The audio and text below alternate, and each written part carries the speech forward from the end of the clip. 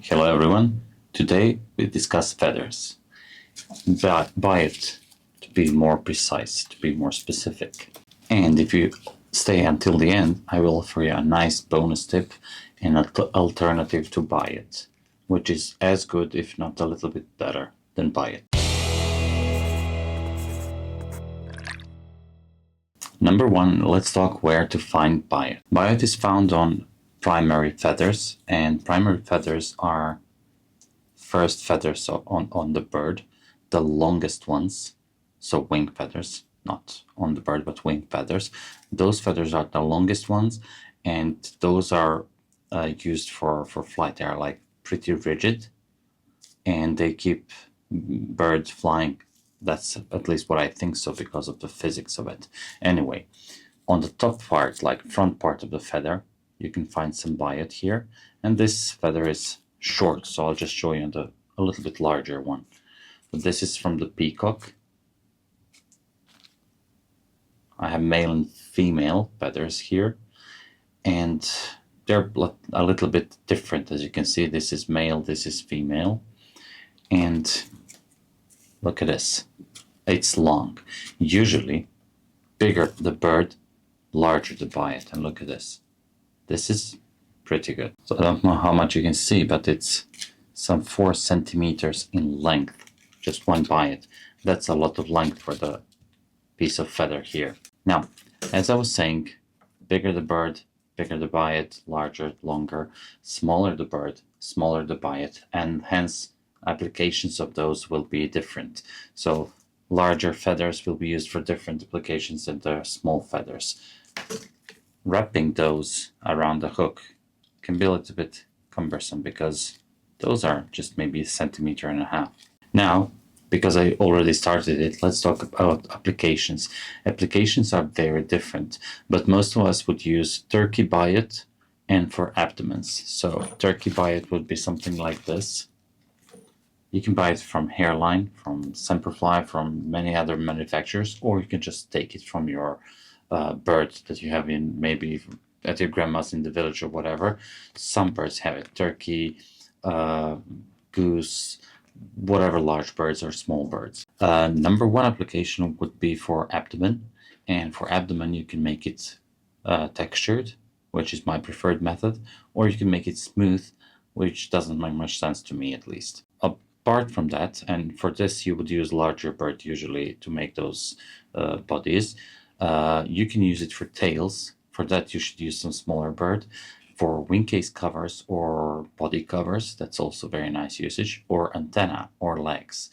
All those applications are very good and well done with biots. All of this said, let me show you and compare some biots which I already started, but let's see. So this is turkey biot, and sometimes you can get it like these. Goose biot you can get like this as well, but goose biot is usually not as long. So this is quite nice, and let me just measure it. Again, it's 4 centimeters in length, so it's a pretty good one. So turkey biot is usually the best option for most, because it's very readily available. It's in many colors, that's also good. But apart from that, I have some dyed capercaillie, which is beautiful. Some of them are around 3.5 centimeters long and beautiful. This is dyed, and this is natural.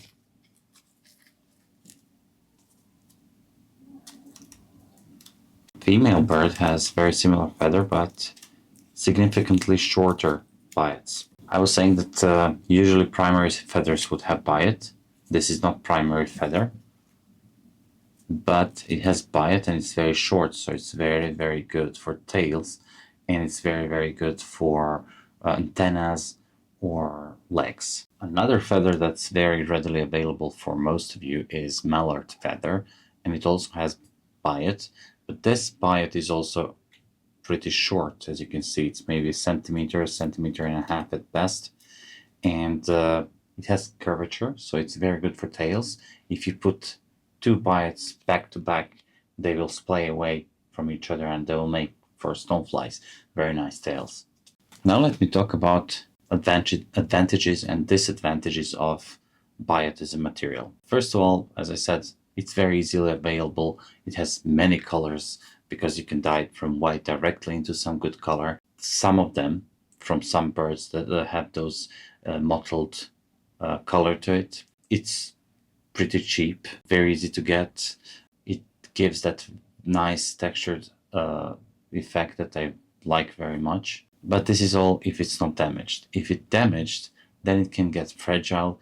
When you start wrapping it, it can break easily. So you should buy and store it properly. Buy it in a proper store. If you find it on the road, it may be damaged because of the sun. Maybe cars were going all over it, sun dust. If it was dyed, it can be dyed in the wrong way. So too hot water would damage the feather as well. So you should try it. The only downsides that I figured out with Biots are that it is pretty short, so you're limited when it comes to length you can cover with it. Usually it's up to maybe size 8 hook. Anything smaller can be done relatively easily, but when you go into too small hooks, like, I don't know, 22, 24, 32, whatever, it becomes like too much, probably, and like fish won't care. Now, when it comes to tying, I would say that there is a ridge, there is textured part of the biot, and let me just show you that for a second. So as you can see, when I hold it over the hook, there is that little textured part that goes flat and then up. That will give you this texture and those ribbings. And you want that to be behind, and the flat part you need it to be in front to lead, sort of. So I prepared some paper here. So if you, black side is that textured one, and white side is not textured. So if you place everything that this not textured faces downwards, when you start wrapping, it will fold. As you can see here, it folds. And when it folds, when you start wrapping, let me just start it, you can just do this and you will make those segments. That's the whole idea. And also the opposite holds true. So if you start with black side, well, textured side facing downwards, you will make, when you start and make this initial fold here, the fold literally looks like this in the biot. So when you start wrapping later on, the smooth side of the biot will cover, as you will see here, when it gets wider, will cover all this textured side. So let me show that in real life. I'll start thread, which is Semperfli Nano Silk. I like it very strong, not too much bulk. First, what I want to do here is I want to make a little dubbing ball. And for dubbing ball, I'll use Antron, and dubbing ball is imitating trailing shock for my fly. And I'm doing it at the rear, very rear end of it, of the hook. It's a very loose noodle, as you can see.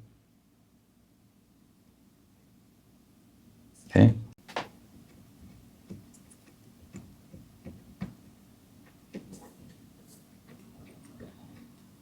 I'm gonna brush it out with my nails, as you can see, because I lost my Velcro somehow.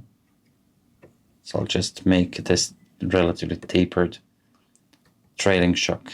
So I was saying, if you place Biot so that this smooth edge goes down, in this case it will be a little bit textured. So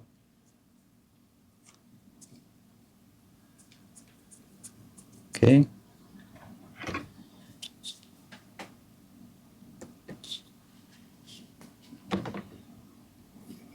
Keep your thread flat. That's very important because when you start wrapping the biot, it's much better if you have it flat.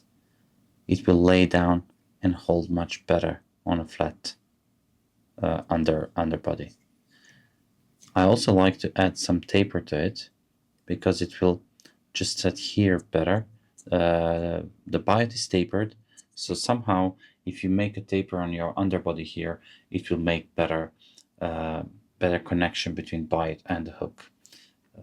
Perfect super glue for this is this Ultra Gel controlled by Loctite.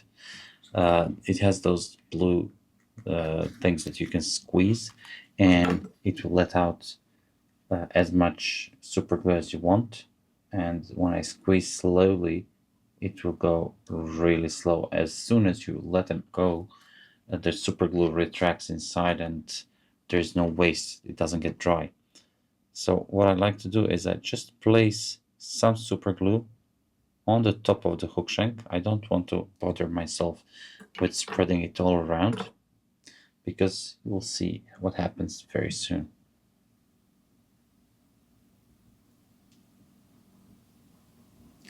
Now, the initial fold happens right now.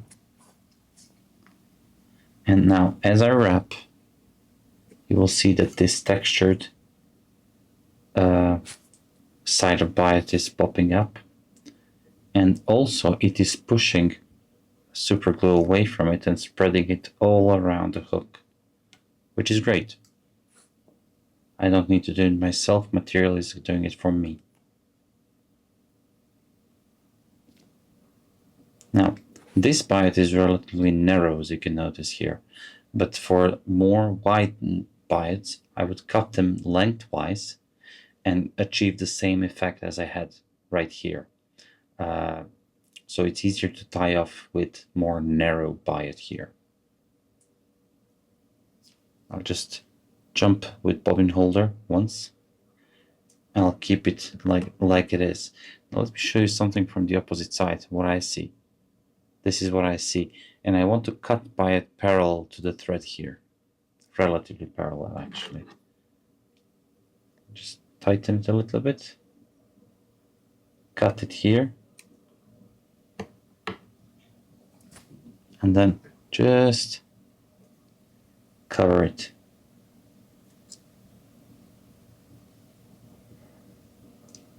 Okay, this is too many reps. And I didn't cover this little corner. Okay, that's better.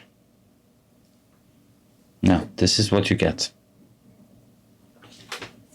Now, what I like to do, I like to add some CDC right now. Obviously, there are various ways to finish this fly, but this is just a regular emerger that I would use. You can make it also shuttlecock style if you place the CDC towards the front. I will use just 3 little feathers, CDC feathers. Align the tips. Go here because I want to catch it a little bit further away. This is perfect little fly for grayling. If you like to fish for grayling, it slipped a little bit. Okay.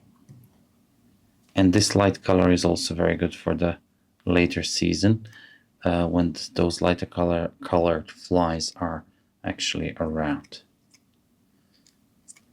Okay, I'll go a couple of times behind just to lift those wings up.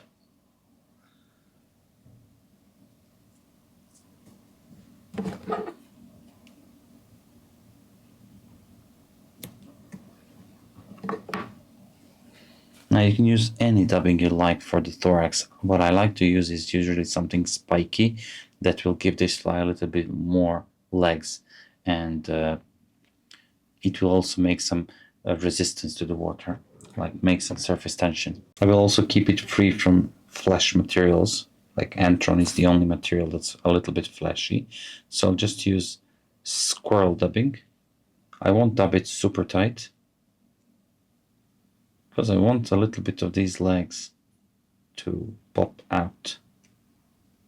So just place it loosely on the thread and keep it like this.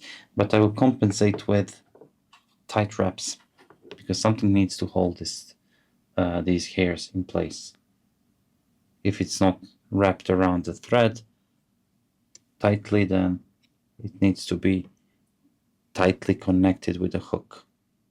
If that makes if that makes sense what I just said. I'm just lifting those wings, and here I'll position them more as I want them. Okay, I'll create a little 2 wraps here, and we'll finish the fly.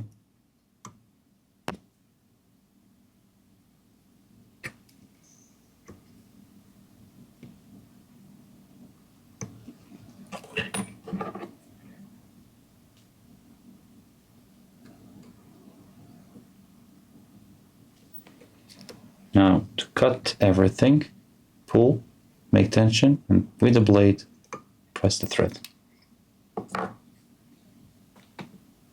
And that's it. Finished fly.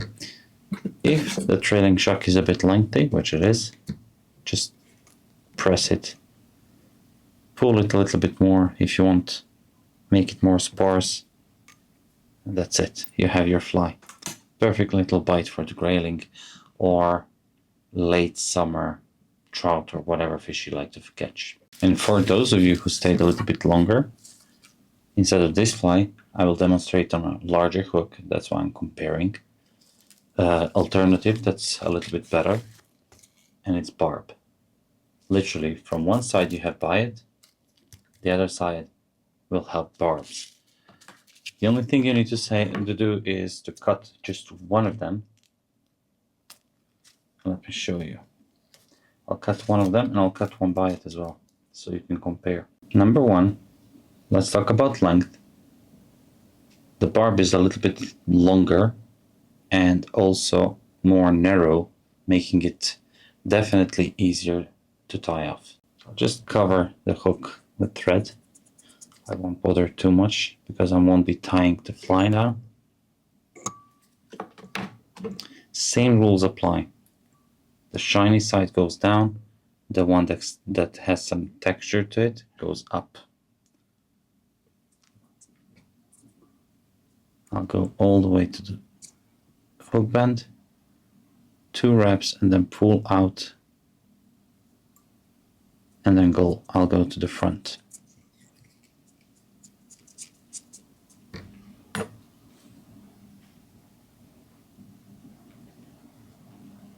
Okay. Just use rotational function right now.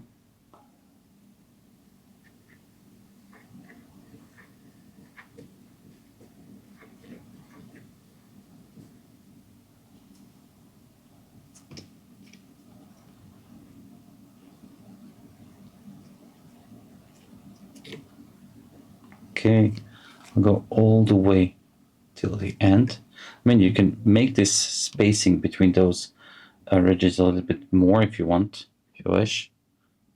I don't want to. Look at this. Just place my bobbin holder over the top of it, leave it there. It's more smooth. You will see after the first cut what happens. Just cut it close if you can, and then with flat thread cover the rest of it, and the transition will be more smooth than with the biot. And that's the reason why I cut biot lengthwise. I have this as a big advantage when you cut biot lengthwise. This is what I mean by cutting it lengthwise.